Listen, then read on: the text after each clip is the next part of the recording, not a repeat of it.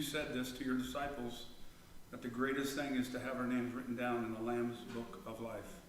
So we're grateful to have a family, all the people who are listening and are here, and we're just very grateful. So lead us in your ways, help us to understand your ways, and we look forward to your coming. In Jesus' name, amen.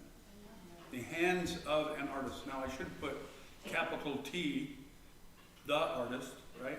And we'll get there. But an artist, because there's all kinds of artistry. I don't know what you're good at.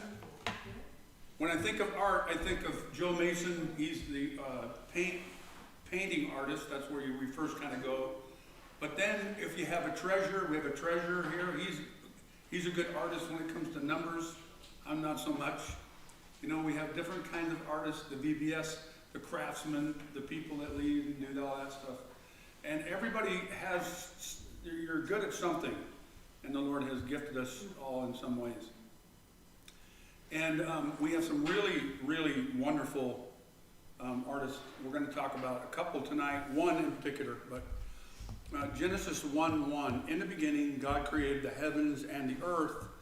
The earth was without form and void. Blank canvas, but if you were to put a canvas up there, it would be formless and void, but then there would be darkness over it and a sense of deepness.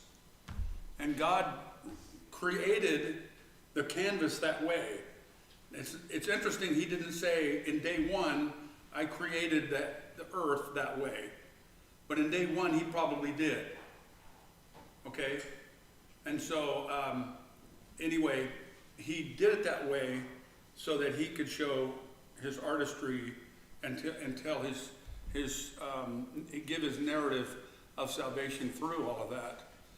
And so then the artist, look, God, the Spirit of God is hovering, the artist is hovering over this dark, deep subject. And then he said, the first thing is, let there be light. And there was light, with no sun, no moon, boom, just light. And at that point, you lose 99.999% of the world, because you can't have light without sun, right? But we know better, don't we? And he's telling us that I am your light. I'm the light of the world. And God separated the light from the darkness. That shows his power and his sovereignty to say, don't worry about the darkness. I got it. I'm over it. God called the light day, and the darkness he called night. In Isaiah 45, God says, I create darkness and I create light. Did you know that darkness is a created thing? Well, and then if you look at darkness as kind of a chaotic issue, God will go in Isaiah 45, he say, I create calamity. Why? To draw people to him. The beginning of wisdom is the fear of God. If he can do that, we fear him, we run to him, then he creates love in us. God called the light day, and the darkness he called night. And there was evening and there was morning the first day. And then God said, now watch, and we're going to hear next Sunday, a little preempt. God begins to fill the void. Boom, boom, boom. And that's what he's done with you. If you can believe Genesis 1 through 2, that God created the heavens and the earth, then light comes, and then he begins to fill the voids in your understanding, in your disbelief, in your life. He begins to fill his creation. And it's just a wonderful, beautiful idea if we can just accept it. And God made the expanse and separated the waters. He's still separating things. And under the expanse of the waters there was expanse. And it was so, and God called the expanse heaven. And there was evening and there was morning the second day. And so then he's going to fill the earth. He's going to fill the seas. He's going to fill the expanse. He's going to fill your heart. He's going to fill your mind. He's going to fill your emotions if you'll let him. Your tensions. He's going to do all that. And so when I decided to do this series, I hadn't told anybody this. I just wanted to show this because now my wife's gone. But if you look at this picture, look how gorgeous that picture is. Now, that's from the Washington side looking over to Oregon. And that's Saddle Mountain over there. It looks like a saddle. And there's a trail up that. And you would climb it. The greatest elk hunting territory is over there. And it's just a beautiful, gorgeous scene. And I said, you know, this is God's artistry. This is God's hand at work. And so, look at that. Just, you can't paint that. I'm not sure if this is Oregon. Actually, this could be Utah or someplace like that. But I just saw this scene, and I've got on my travels, I'm taking pictures all the time, and this is not mine. But anyway, so that brings us to one artist that was shown to me this week, pointed out to me, and I sent this email out to everybody. And I think this is one of the two greatest videos I've seen in several years, the one with John MacArthur talking about the tension. But this one is so good because God has artists in certain areas, certain places. And I'm not going to play this video. If you have not seen this, I sent it to, I think, every one of you who has an email address. If you don't have it, get it, just let me know via Facebook or anybody. I send it to the whole church and everybody else. So if you didn't get it, let me know. But this is just fantastic. Representative Mike Johnson talks about his biblical faith. And he doesn't remember days. He's one of the few, you get these people, I don't remember a day when I wasn't saved. He remembers, actually he does remember when he was saved. I think it was 6 or 8 or something. Yeah. And I remember James Dobson saying at 4 years old. I remember the story. I followed James Dobson forever. He tells the same story. He doesn't remember not being saved. 4 years old. I was like, that's just crazy. And then to grow up in that, and he did not, James Dobson didn't want to go into the ministry. And he was compelled. He had no choice. But Mike Johnson, go listen to this. What he is doing, what he believes Trump's doing is very helpful. He's a good president. He's got issues, and we don't, we're concerned about some things we'll talk about. But he's doing some really huge things. Trump is an artist, and he's doing something very spectacular with trade and deals and whatever, the art of the deal. And that's where you and I go, we have some problems with some of those things. But God puts these people in particular places. So he talks about a biblical worldview. He talks about, I'm so glad I'm not the sovereign. He says, I'm going to serve the Lord. No matter what happens, he's not concerned. He says he doesn't wake up anxious and all these things. I'm going to serve the Lord. And that's where we want to be. I was just telling the group this morning, like when you believe Genesis 1 through 2, that God created, okay, I'm in. I believe everything that you tell me, I'm going to serve you. They have a prayer gathering in his office every week. And Christian faith, is that something you leave outside the building or take it with you? And he was making a statement. I should have put like an exclamation mark there.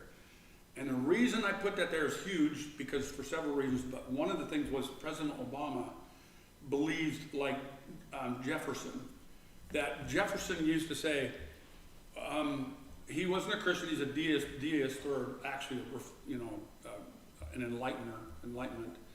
But it was like, I would rather, and I'm paraphrasing, but I would rather Christians leave their Christianity at the door. That was Jefferson. And, but he said, this is what Jefferson said, but our nation is a Christian nation. Our populace is a Christian populace. So we can't do that. Now, Obama comes on, and Obama said the same thing. The Christianity you lead, you need to leave your Christianity at the door. Now, I heard him say it myself. Go look it up. You probably on Google, you're not going to find it because they're difficult. Anyway, but he's saying the opposite. Yeah. Who's that quote? I can't read the guy. So this is John Quincy Adams. And this is who Mike Johnson quoted.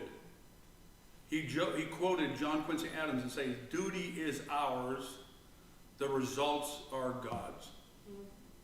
Duty is ours, and the results are God's. And so you want these artists in place, and God puts them there. He didn't want to do this. He had no clue what he was going to do when he was young and all this stuff. And he just kind of went into it. And I tell you what, just a lovely, lovely story. Go watch that video. It will give you hope that God, let me real briefly, when I went to Dallas, see, we get myopic and we get kind of, centric, like this is our world and what we see is this is what's going on in the entire world, and that's not. When I went to Dallas Seminary, we went to conferences and things, and you hear what's going on out there. And that's why we like to have missionaries come, because the missionaries will come, this is what's going on.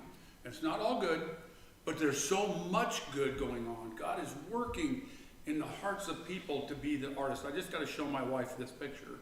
And I don't know if she's noticed it.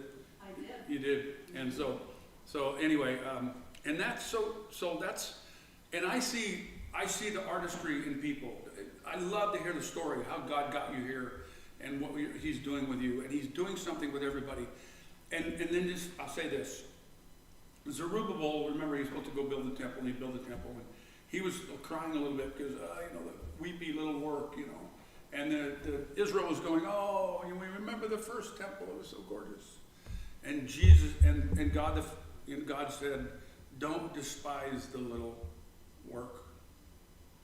Don't despise the little work. Whatever God has you doing with the gift that he has for you, you can be pleased.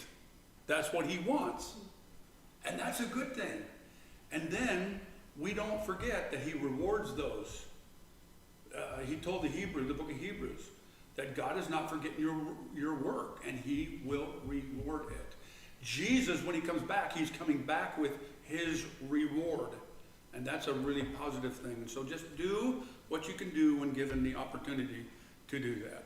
All right. So, on to news. Study warns of imminent earthquake devastating the U.S. coast. Where you saw the Saddle Mountain? I mean, all that land, that big bay across there, that's in the earthquake zone. That's 4, 5, 6 miles up the Columbia River. That's going to be like a Japanese kind of a earthquake, tsunami. It's a big, big deal. They've been looking at this all my life. They've got earthquake signs I'll show you. But anyway, so more and more reports, of course, it just keeps reminding us. I told Dan Crick, and I'll just tell you guys, if I'm gone someday, you hear an earthquake and I'm gone someday. If there's a major thing out there, we're probably going to go help somehow, or at least think about it. I don't know. We'll see. But they're going to close down all those roads. The bridges are going to be broken, so you probably can't even get in. But anyway, a 37% chance of an earthquake magnitude of 8.0 or larger in the next 50 years. They've been saying that for the last 50 years. Okay. A major earthquake in the Cascadia subduction zone that could cause coastal land to sink by as much as 6.5 feet. Where Sonia and I are from, our little hometown, is 3 feet below sea level. It is surrounded by that river. So what do they have? They have dikes all around, built on mush. And they put these big pillars underneath these, the big Costco's and whatever. If it ever goes off, if it ever is a Japanese tsunami, Japanese earthquake, you have the earthquake and then the tsunami. If there's an earthquake that large within, I would say 30 to 50 miles of that place, it's going to be devastating. It's going to be treacherous. Here's the results 700 years ago of a forest that was on the beaches, near the beaches. And what happened, this land just went burp, and so it's sitting in salt water. And these logs are preserved and over time. And so the reason I picked it up, and every once in a while I'll bring this up, but the reason I picked this up this week is because this rabbi, here's just one, several rabbis chimed in, but this one, Rabbi Nir ben Artzi, an Israeli mystic, you don't want to deal with those, but with a substantial following, has been warning of an increase in volcanic eruptions as part of the end of days process preceding the Messiah. What did Jesus say? What's one of the first things he said would be a sign? Would be earthquakes. who the rabbi maintains is present, but waiting to reveal himself.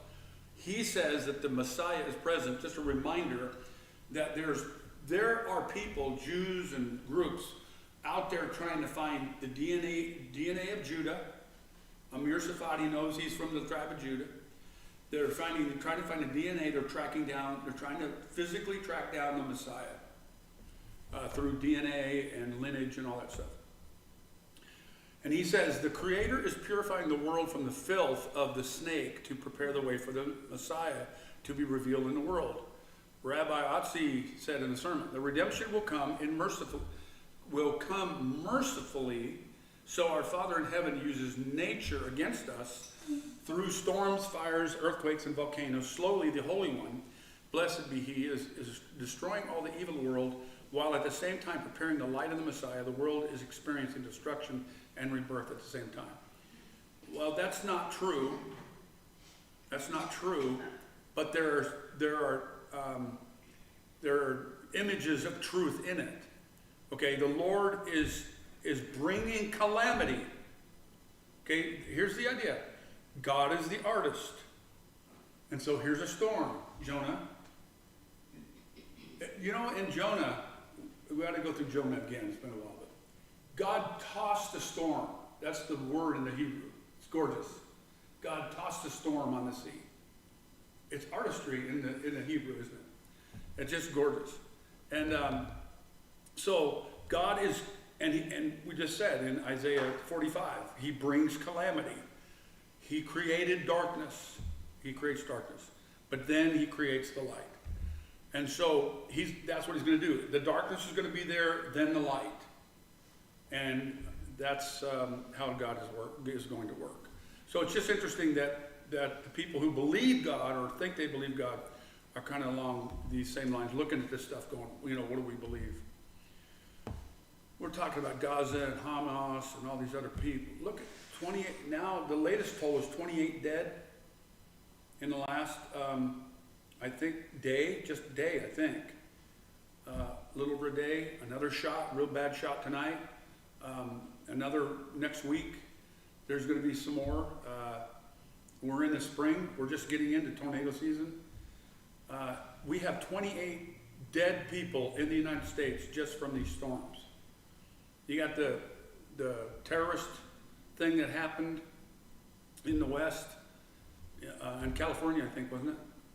You got all these kind of things happening, and it's just, those are very sad news.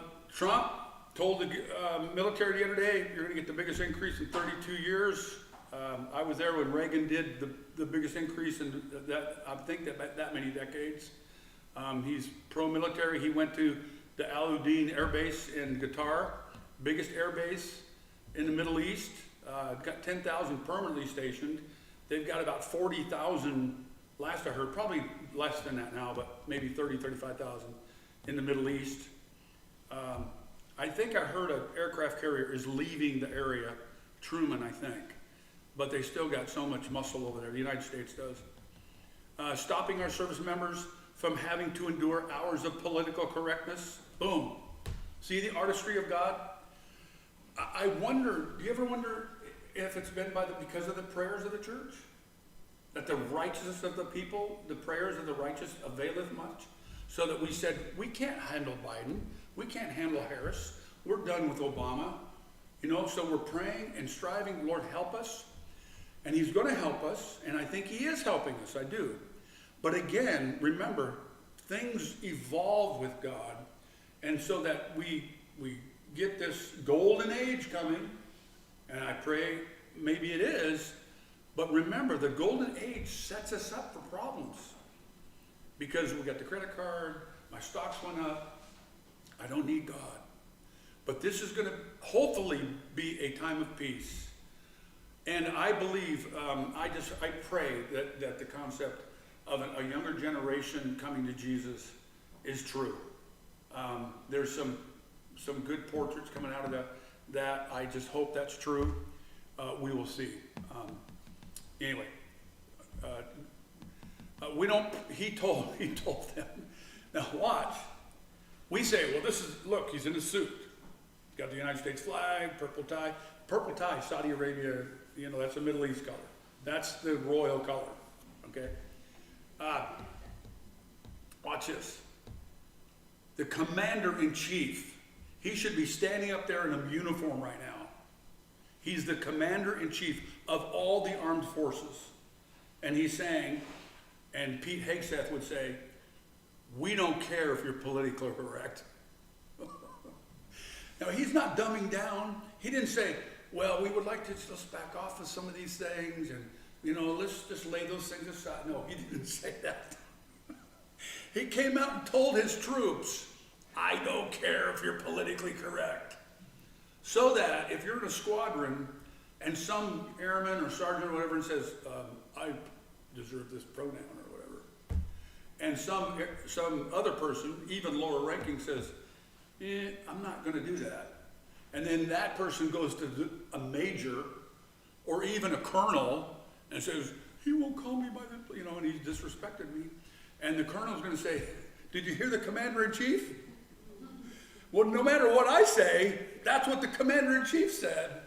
So this is laying the line.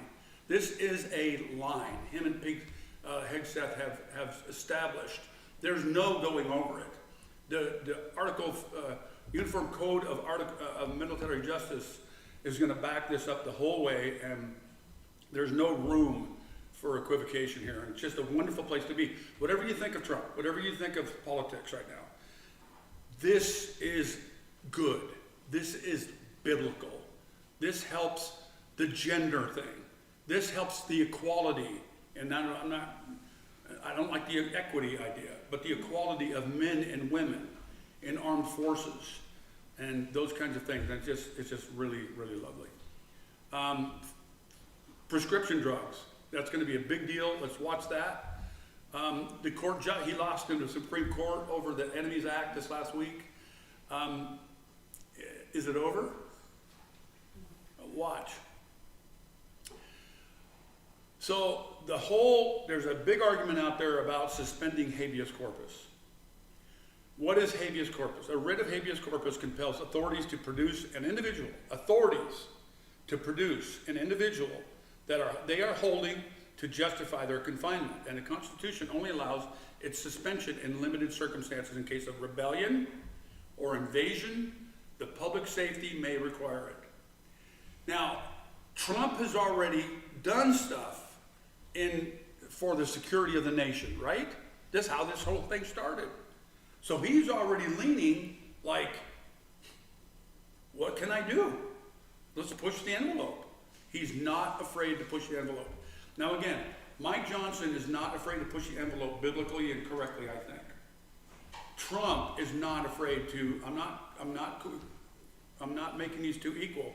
Trump is not afraid to do this politically and judicially. He's not. We've already seen this. That doesn't take a rocket scientist. Now watch. Where's the history of some of this? President Andrew Jackson famously defied the U.S. court in 1832, particularly in the case of Worcester, Georgia, and the outcome was the Trail of Tears. These have to do with the natives. A forced relocation of Native Americans, including the Cherokee, from their land. Whatever we believe in about the natives, and Sonia and I have a long history, significant history with natives, and we know what's happened there. It's a very, very sad deal. To be frank with you, what Jefferson and Jackson did, Jefferson in particular, with the natives is horrific. What happened with the natives is horrific. Let's just put that down there, okay? But watch. A forced location of Native Americans, including the Cherokee, from their land. When informed of the Supreme Court's ruling, Jackson reportedly said, let him enforce it, effectively ignoring the court's decision. This action led to the Indian Removal Act of 1830 and the subsequent forced removal of Native American tribes, including the Cherokee, to Oklahoma. Remember the Trail of Tears, resulting in a significant hardship and death. You remember that. A horrible time. But Jackson said, how is the Supreme Court going to enforce it? And that's what he's saying. The Supreme Court has made its decision, now let them enforce it. Then I'm telling you, There's already people talking about this. Trump is aware of this. He's not concerned. He knows how this works, and he's not afraid of the Supreme Court.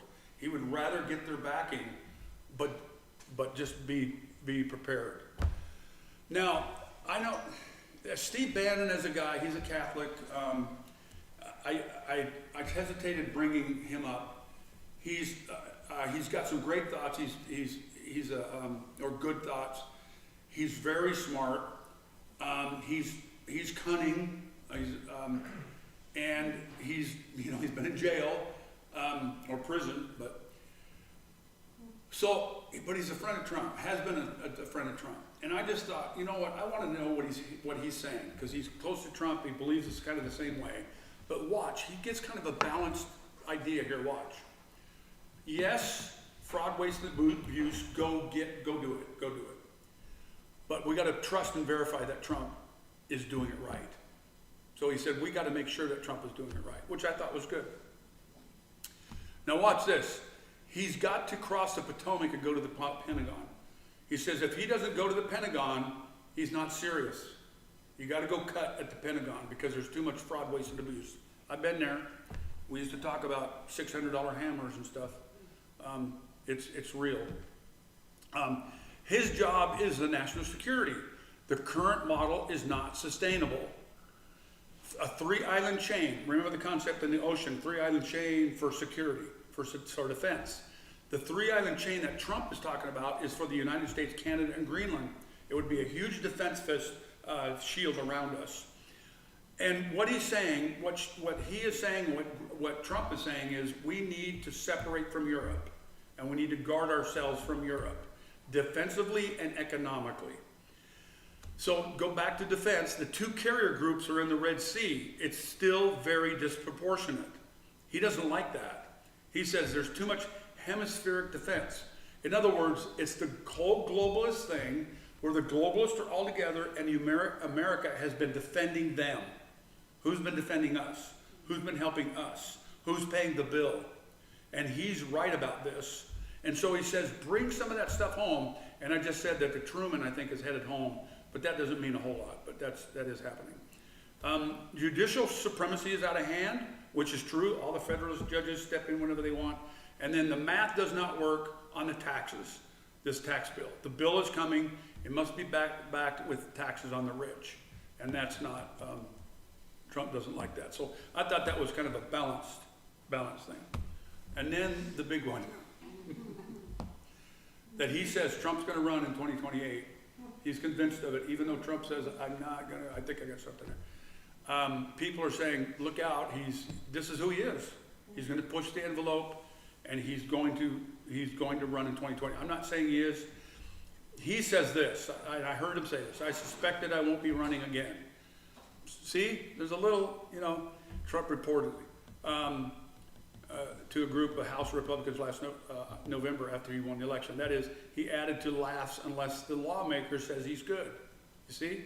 Enough for them to figure out a way. A Trump remark drew swift pushback from a Republican out of New York. A Democratic representative out of New York. There's no such, there might be a Democratic Republican. They're called rhinos. But who quickly introduced a House resolution to reaffirm the Constitution's term limits for elected presidents, to apply to Trump, by the way.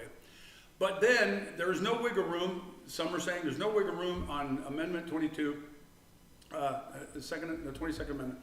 And then 3 days after Trump's second inauguration, however, Republican Andy Ogles of Tennessee introduced a joint resolution to propose a change to the Constitution. So you see the fight there. And I'm going to say this. If Trump makes the big, beautiful deal and lots of money starts flowing and peace in the world, man, I'm telling you what, there's going to be, and let's just be frank. It's going to be very hard for us who love America and are seeing good things, hopefully, to say, why would we change? And yet, you need to come down on the side of the Constitution, okay? And so, just be prepared to pray this out. Did you hear the news today that Biden has, and it's metastasized, I heard, into his bones? And so he's in danger. Everybody, Republicans and everybody's coming and saying, you know, we feel for him. But anyway, that just happened. That's breaking just right now. This is also breaking. I want to get that one actually.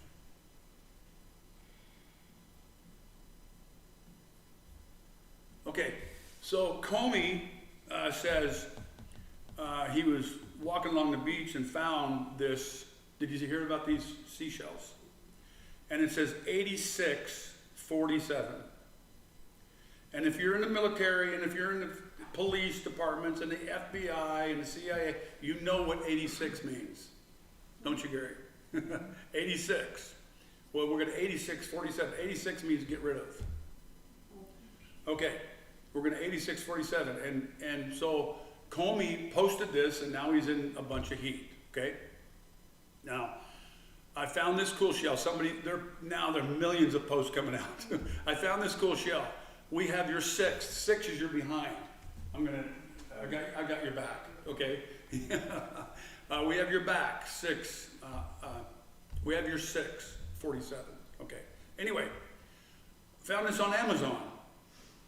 The term originated during the shirt, 8647. And look what it says on the bottom. 8647, anti-Trump funny t-shirt. Now, funny in what way? Okay? Now listen, I was in the military for 22 years. I like military shows. I've heard 86 forever. So I know how it's used, okay? I have personal experience. Some might have more than me, of course. The Navy SEALs have one in a different way than some of us. But watch this now. We can't really understand totally the term, but the term originated according to this post, the term originated during the Korean War, in reference to a F-86 fighter jet. When an F-86 shot down an enemy plane, it was 86th, okay? Shot it down.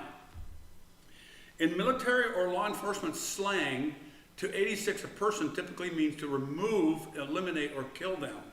The term originates from restaurant lingo where 86 meant to cancel an order. See the difference now? The term originates from a restaurant lingo where 86 meant to cancel an order or indicate an item was no longer available. Okay, how did they get 86 there? The F-86 sounds, more plausible, but anyway. But I've heard that, 86 that. So if you've got an order, the commander will say 86 that. And it means to get rid of the order.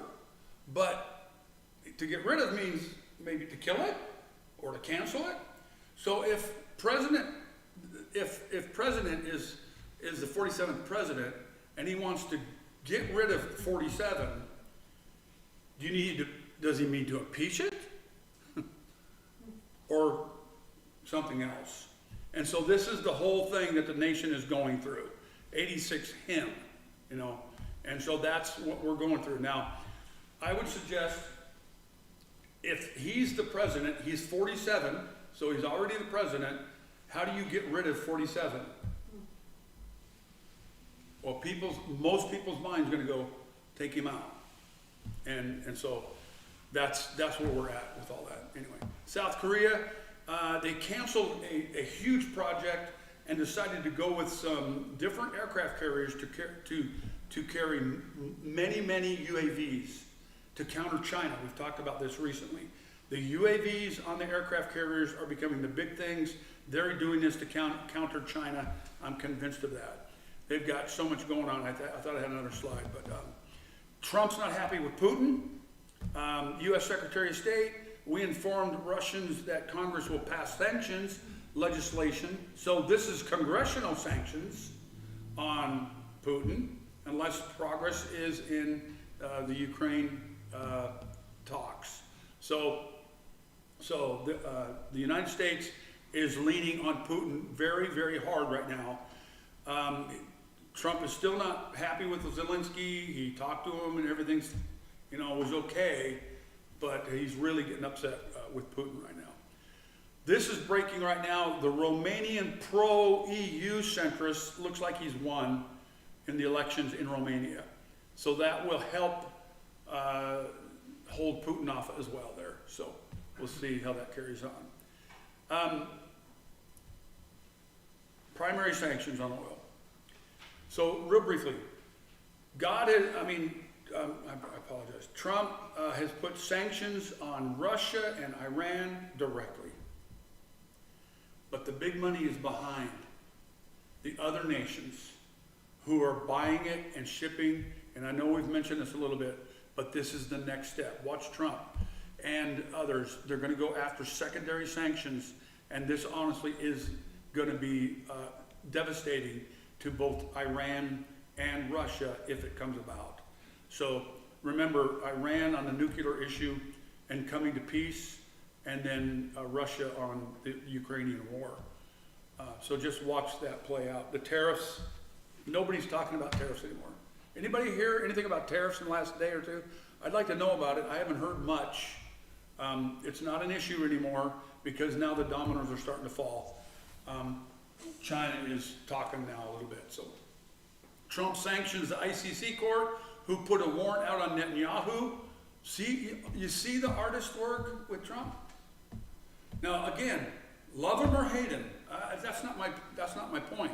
The point is that he is making the world change. And it's all about money. It is all about money. In Japan, a pro-Hamas group, a pro-Hamas protest in Japan. Anti-Israeli protesters and Islamists gathered in the Netherlands yesterday to disrupt a pro-Israeli event. Local youth football fans and rival boy clubs united to form a protective barrier around the church. Young men drove off Islamists encouraged by the leading radical imam who has ties to ISIS. Riot police arrived on the scene and Islamists left the small town, which is known as a Christian stronghold. It's still going to be very interesting to me to see how far the West is going to allow the Islamists to get away with this kind of stuff. But right now, there's just too many countries that are still opening their borders and allowing this to go. It's just crazy.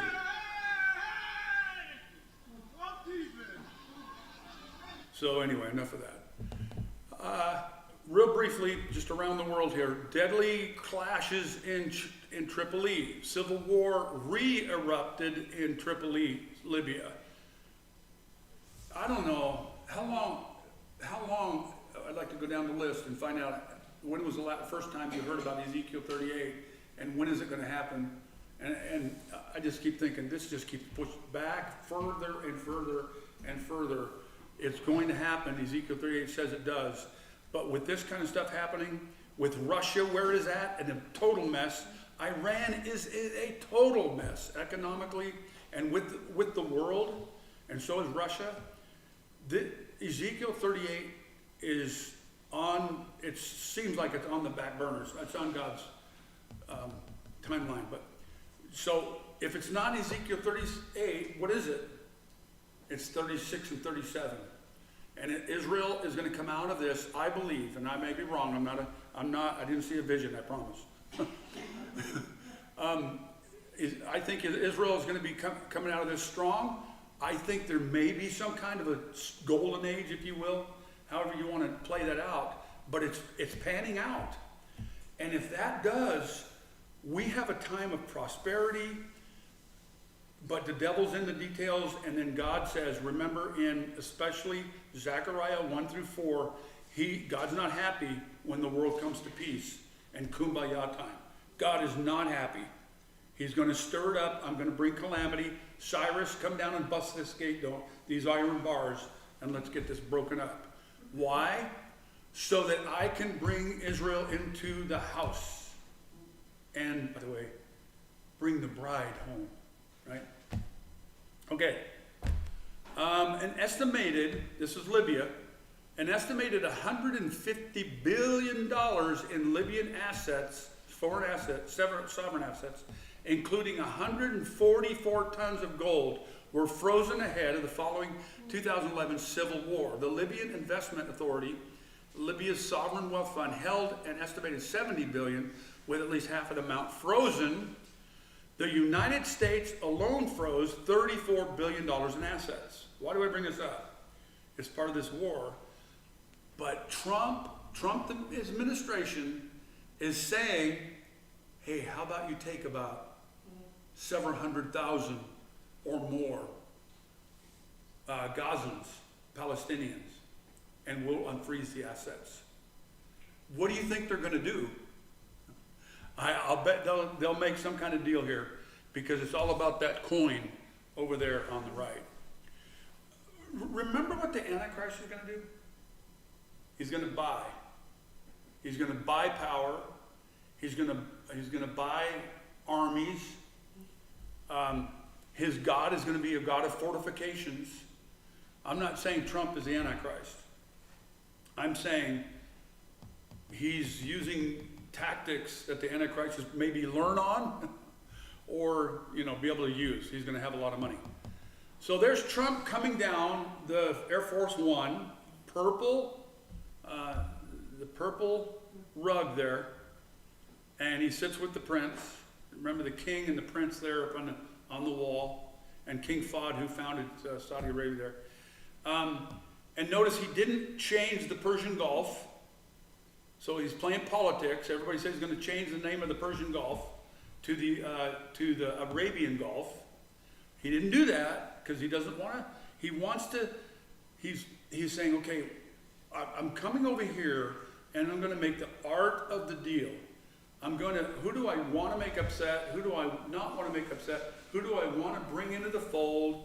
Okay, I'm going to throw a bone to Iran. I won't change the name. But at the same time, I'm going to make $3.5 trillion. He made $3.5 trillion in 1 week. The Qataris brought out the Lexus trucks. The Tesla electric vehicles. They're cops, or red cop cars, red Tesla cop cars. Trump, I'm proud to be the first American president to visit Qatar. The Emir of Qatar is a great leader. No, he's not. Listen, remember when he says this. He's a great leader for his nation. And whenever he says that about Erdogan and Putin, he means it. That for their nation, they're looking out for their nation the way they should, the way they want. Maybe not the way they should according to God. And that's what he means. Doesn't necessarily mean he's his buddy. But he congratulated him. Hey, you're doing great. You love country. He told all those leaders, you're just doing a wonderful thing over here. It's gorgeous, all that stuff. Just props them up. Sign here. U.S. Qatar signs $1.2 trillion. It's about the Quan. Qatar Airways ordered 160 Boeing jets. Why am I laughing? They can't get one Air Force One out of Boeing. Yeah, there's supposed to be a one. How long is it? A decade overdue or something? You're probably paying more money. And Trump, remember 2016, he went back to Boeing and said, we're changing this deal. That's too much money and all that stuff. But anyway, they can't get one Air Force One, but they can order 160 Boeing jets. So it's just kind of an odd deal. So remember, Qatar is going to give us a jet now, $400 million jet. A few years old, flying palace, whatever you want to do with that, whatever you think of that. I don't like the idea, and yet some people are trying to make a good case for it. I don't care for I don't like the optics, to be frank. I don't like the optics of the idea. Let alone maybe it's a Trojan horse. If you able to put something on there and then take that jet down, yeah. Anyway, Hillary Clinton comes out. No one gives someone a $400 million jet for free. And this is somebody. So anyway, yeah. Now, the state of Qatar, with all the $1.2 trillion in the jet and all that, watch this. Saudi bin Abdulhalam, we are all Hamas. We are all Palestine. The Palestinians are a Middle East group. They are tribal. They were probably nomads, didn't have a home. But remember, when it cleared back to Esau and Ishmael, all of them have intermingled. And I remember a Saudi prince one time saying, we're not Palestinians. They're not in our blood. They're not part of us. They're all intermingled. Now, I think there probably might be some tribes that are more pure than others, but they're all intermingled. And so anyway, that's what he says. So my point, who are you going to trust? Qatar is one of the worst backers of terrorists there are, and we're over there making $1.2 trillion off of them. For what reason? For peace? But he's saying, Trump's going to say, I want companies for America, I want it to build us up, I want to secure all that kind of stuff. The oil's below $60 a barrel. Russia's in trouble over that. So that whole thing. So anyway, it's bad optics. It's probably good, at least temporarily for America, but it's really bad optics. And in the long run, I'm being honest, in the long run, it's not good. Trump announced deals totaling $200 billion between the United States and the UAE. So Saudi Arabia, Qatar, the UAE. The UAE is not a whole lot better than Qatar, okay? They're not good either. They're back in Syria and all this other stuff. The U.S. president also said the UAE and the United States have agreed to create a path for the Gulf country to buy some of the most advanced AI semiconductors from the U.S. companies. Real briefly on UI, I think I've said this before, but if you got the Middle East here and you want to generate a UI system, you don't want Jesus Christ in that system. Jesus Christ is a prophet. You go to their chat GDP or AI, you're going to get Jesus Christ is a prophet. He's coming back. Some of those kind of things. But you're not going to get Jesus Christ is born of a virgin and Mary, right? Okay, that's going to be in the Western AI. And so, just remember that kind of going forward, whatever that's worth. They lit up the tower. Trump's happy. United States looks at this. National popularism goes up. He's doing great stuff. And to be frank, it's pretty much of an artist. It's pretty significant. Where does it go? Listen, I want my taxes to go down. I want my oil to stay down. They're at record levels for a while. I want all this kind of stuff to be good. Anybody can do anything about my property tax? That is a problem I'd like him to work on.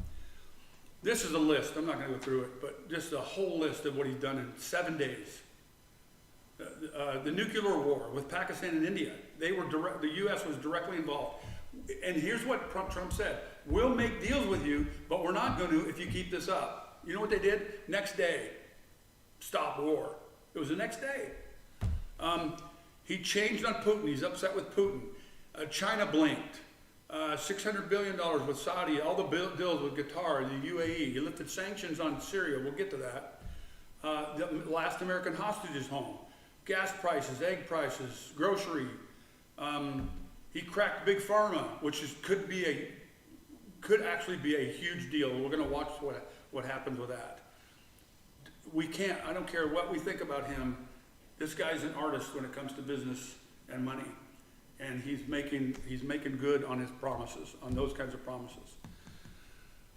So even my son asked me this morning, he said, well, so what's the deal with Trump being upset with Netanyahu? And the news is hammering it. Oh, he's mad. They're mad. They're on the outs.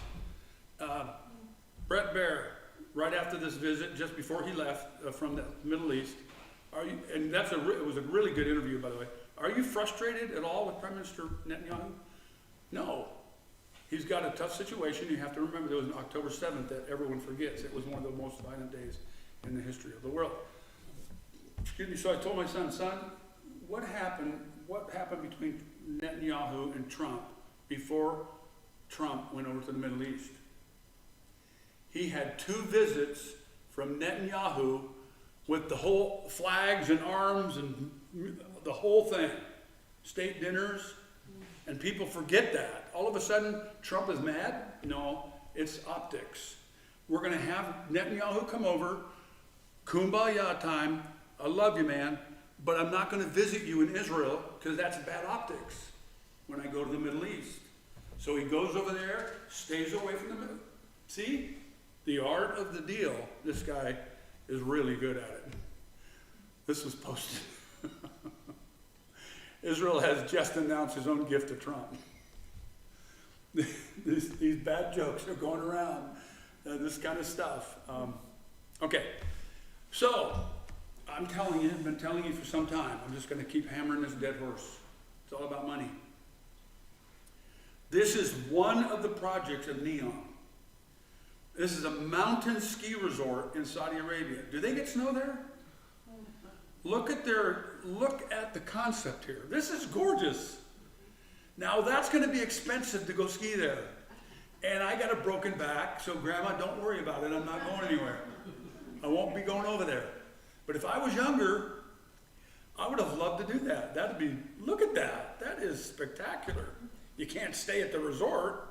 Looks like there's rooms right there. There's skiing overhead.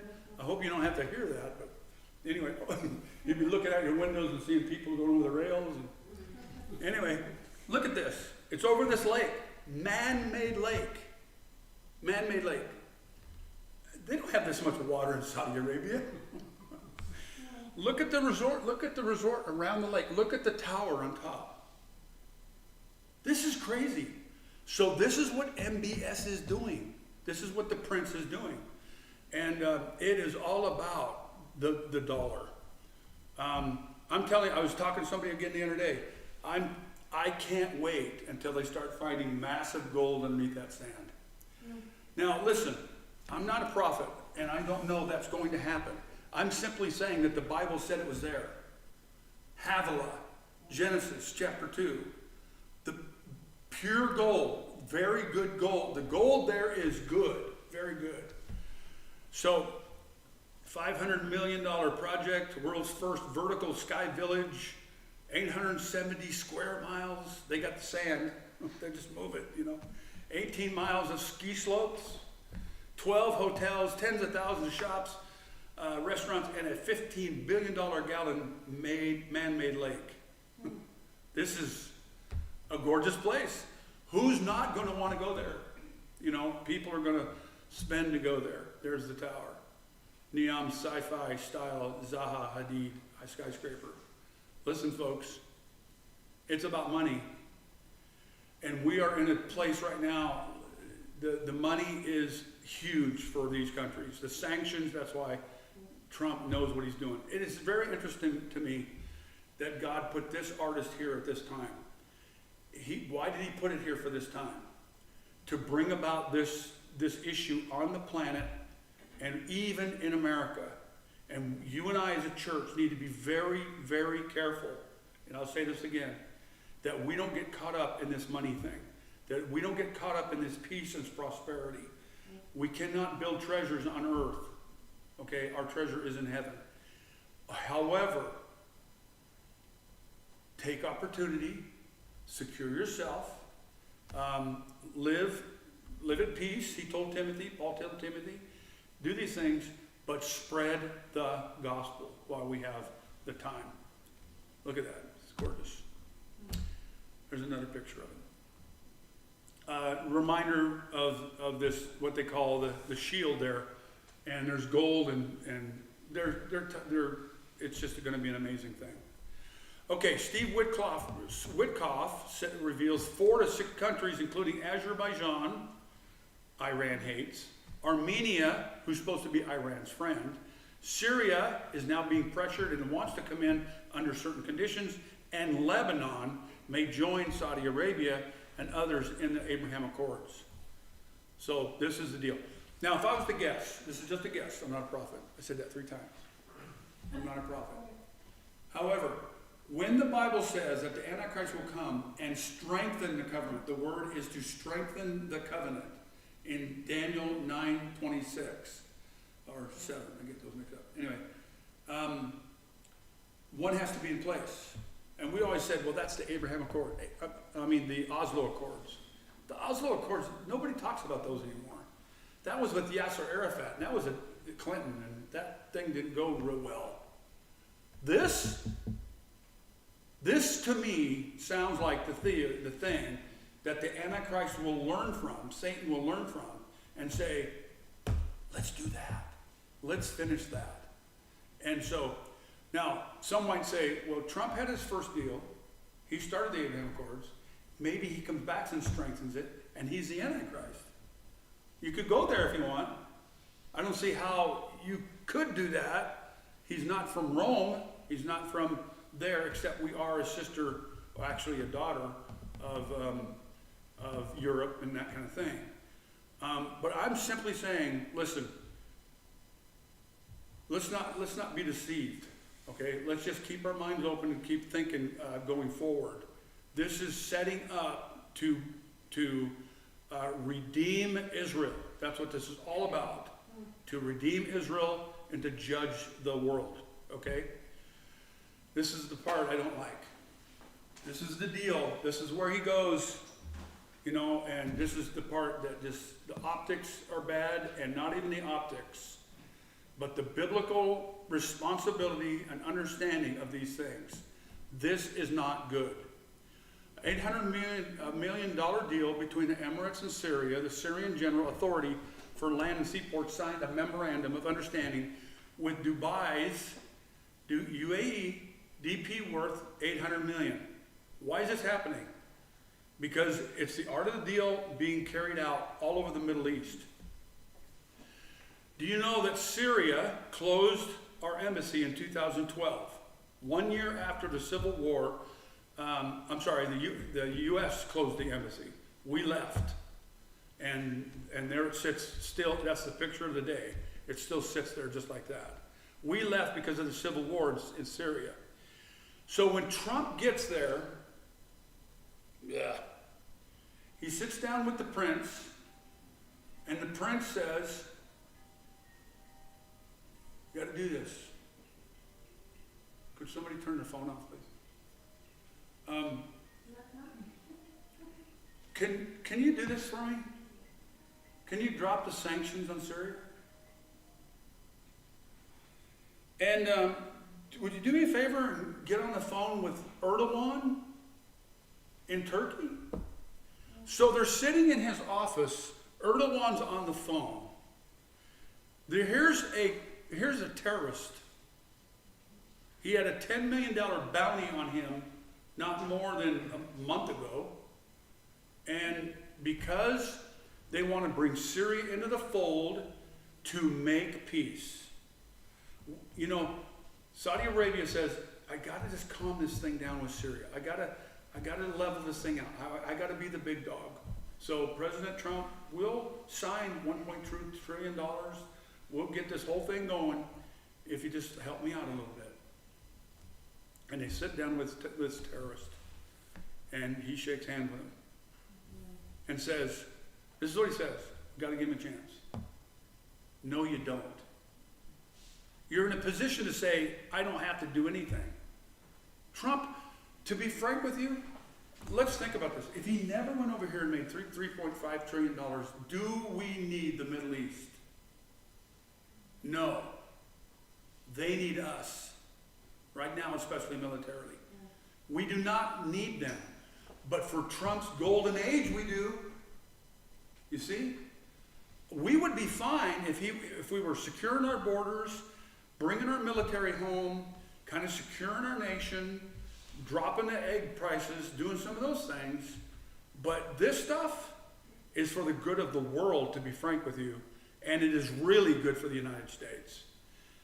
And it's going to lead to, I'm going to tell you, it's going to lead to frightening things. Trump signaled that he lifted the sanctions on Syria on behalf of MBS. Look at his look there.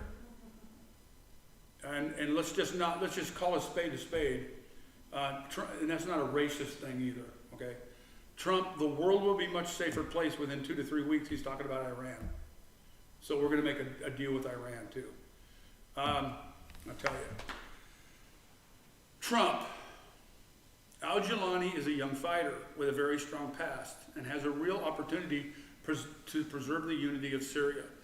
Al-Jilani is a true leader who led the revolution in Syria and is an amazing person. See, remember, he says that. He's an amazing person. He's strong in what he does. He's an artist at terrorist. That's a good way to say that. He's an artist at being a terrorist. He may join the Abraham Accords. Trump, we had thousands of people in the room, and the biggest thing that got the applause was the dropping of the sanctions on Syria. This is not good. This young fighter beheaded, slaughtered, and murdered thousands. He sent children and jihadists on suicide attacks. President Trump encouraged al-Shara to do a great job for the Syrian people and urged him to sign on to the accords, tell all the foreign terrorists to leave Syria, deport Palestinian terrorists, help the United States to prevent the resurgence of ISIS, which they will do, by the way. They will take care of ISIS because they are a rival. Assume the responsibility for ISIS detention centers in the Northeast. What does that mean? We've talked about this a little bit. That means take over the Kurdish work of those prisons. And there's, if I remember right, about 10,000 ISIS members in those prisons. And so you take over those prisons and do with them what you want. And you know what those ISIS members are going to do? They're going to sign up for Al-Qaeda. They're going to sign up for Al-Jilani's army to save their lives. And they're going to end up doing the same thing anyway. Just read Ezekiel 38. Interviewer, how did you find the Syrian president? Great. I think very good. Young, attractive guy, tough guy. Strong past. You see the equivocation? Very strong past. A fighter. No, a terrorist. The interviewer says, I watched this. The interviewer says, does that worry you? He didn't answer the question. He went on to something else. He changed the narrative. He's making a deal, and I'm saying that this is going to be good for a while. It's going to look lovely.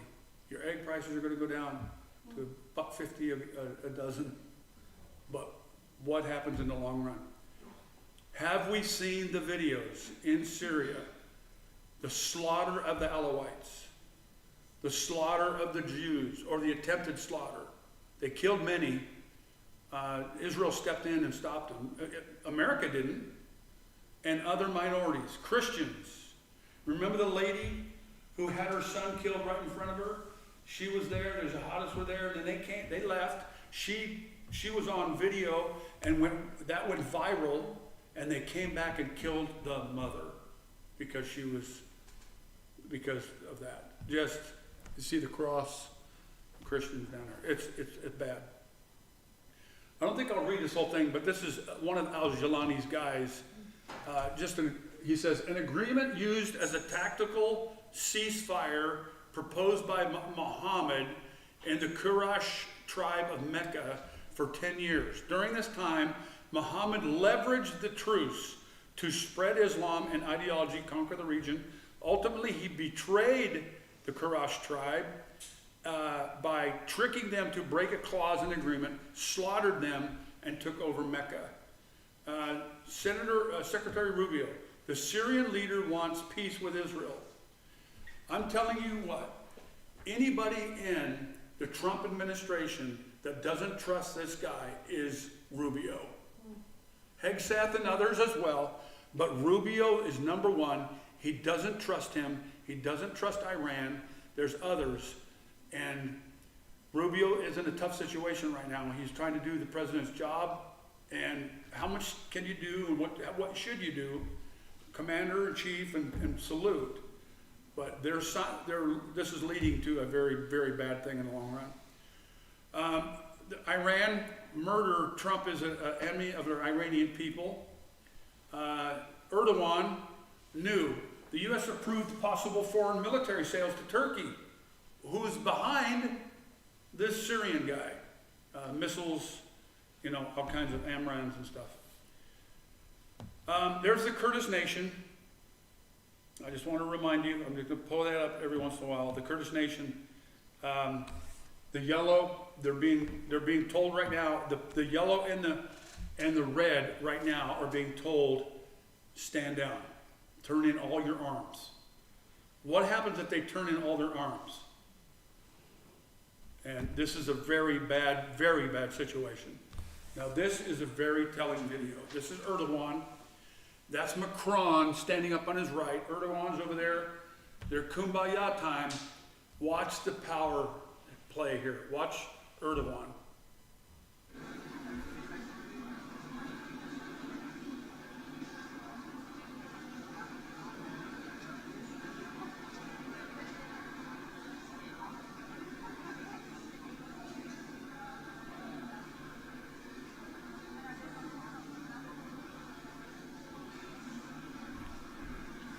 That guy, he's a mean guy.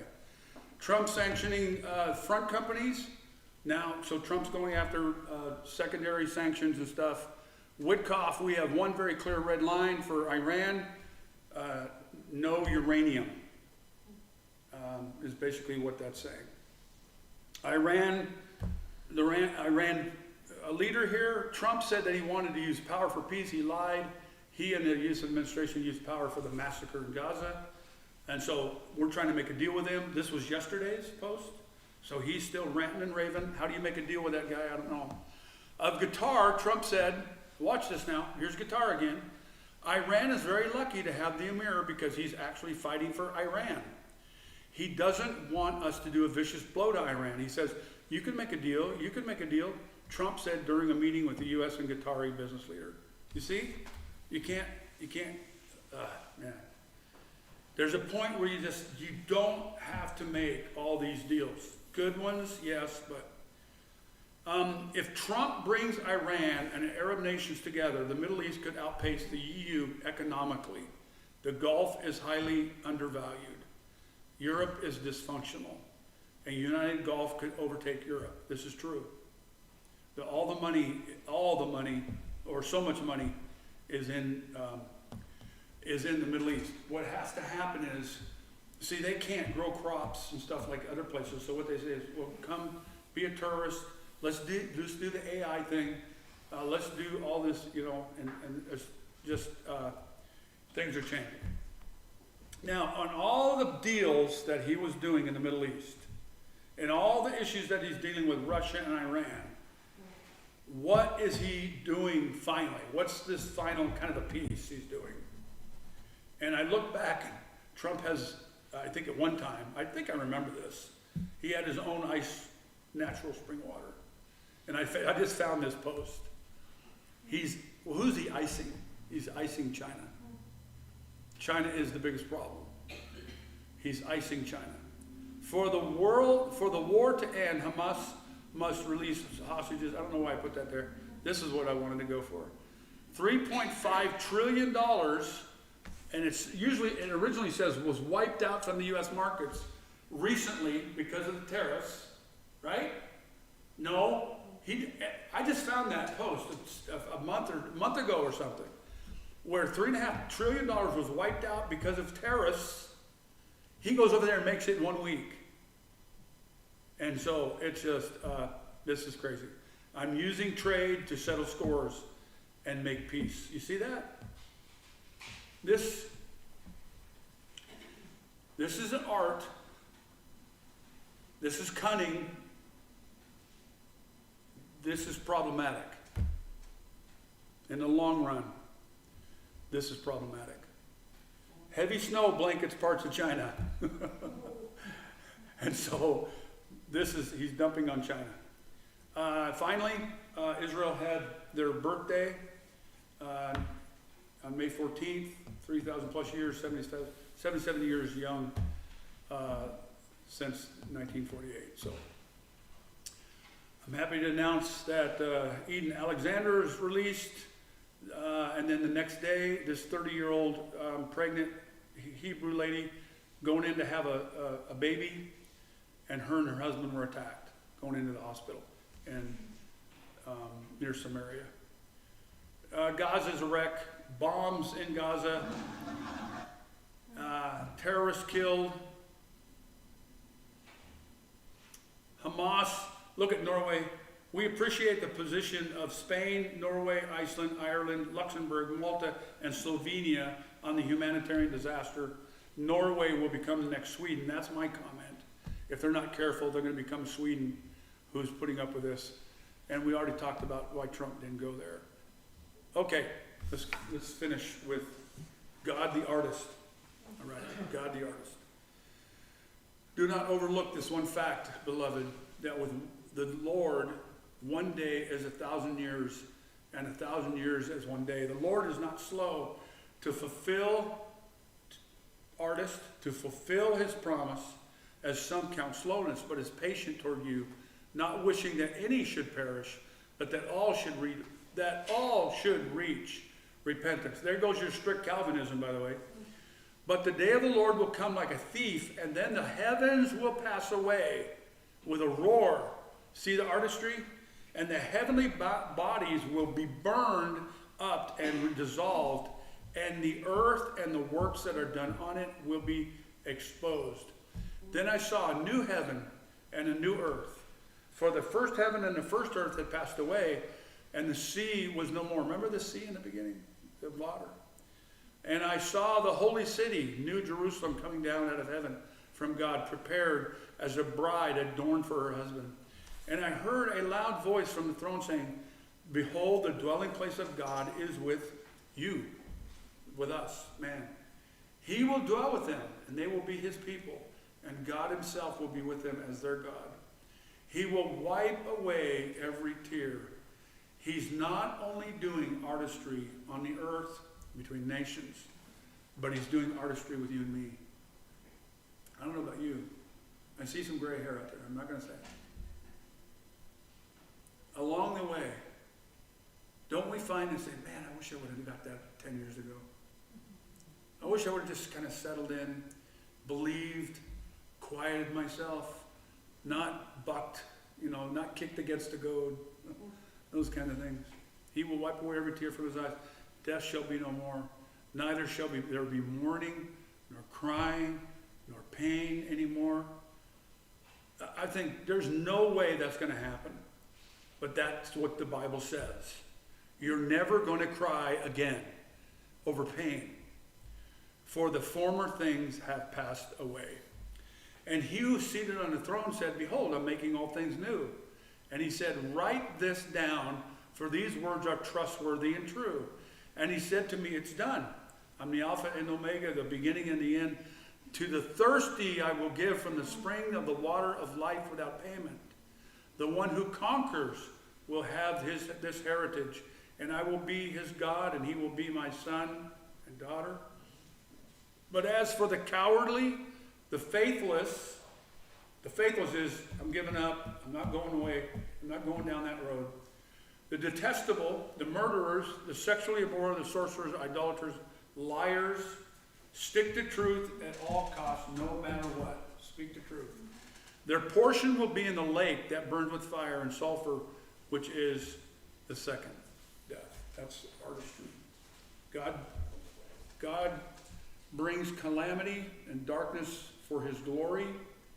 He brings light and salvation for our good and because of his grace. So remember that going about your artistry work. Every one of you have a gift, and every one of you has a brush, and we're all artists. And I'm very happy to know you. Lord, thank you for your love and goodness. Thank you for the opportunity to watch you paint, to watch you do what you're doing. Now, first of all, Lord, we just want to pray for President Trump. We ask you that you will save his soul. And we ask you that he will be surrounded, and he is surrounded by good people, but many of them are just kind of driven to their own religion or driven to their own work. But some, like Mike Johnson, are driven to do things for God and this nation. And I think Trump does love this nation. I just pray that he does and that you will guide him in that. But I pray that he will begin to know you in a real and true way. And that he will begin to see that there's some things he doesn't need to do and nor should do.